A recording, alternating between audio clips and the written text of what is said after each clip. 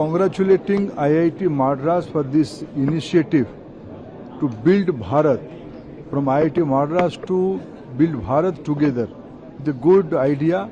They have been assigned the status of Institute of Eminence. They have given some resource, they have given some assistance. Utilizing those resources, they have created new verticals, especially on the innovation and research. Now, on the leadership of Prime Minister Narendra Modi ji, our government is committed to create a new research and innovation ecosystem in country, starting from Atal Tinkering Lab to high-end research funded by ANRF. Government of India has allocated 1 lakh crore rupees per RDI Research Development Innovation Fund, giving grant to private sector, giving soft loan to innovate grant to startups. It will work as a fund of the fund. We are committed, being an aspirational country, aspirational society.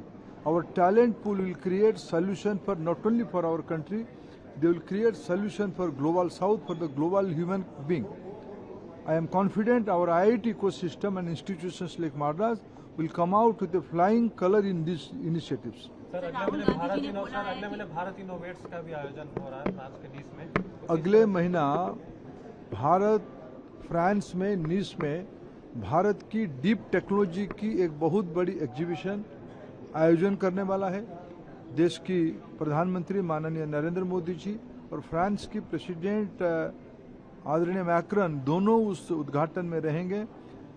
मैं मानता हूं भारत की capacity को दुनिया में दिखाने के लिए भारत की इंस्टीट्यूशंस की 100 से ज़्यादा डीप टेक उसमें आएंगे।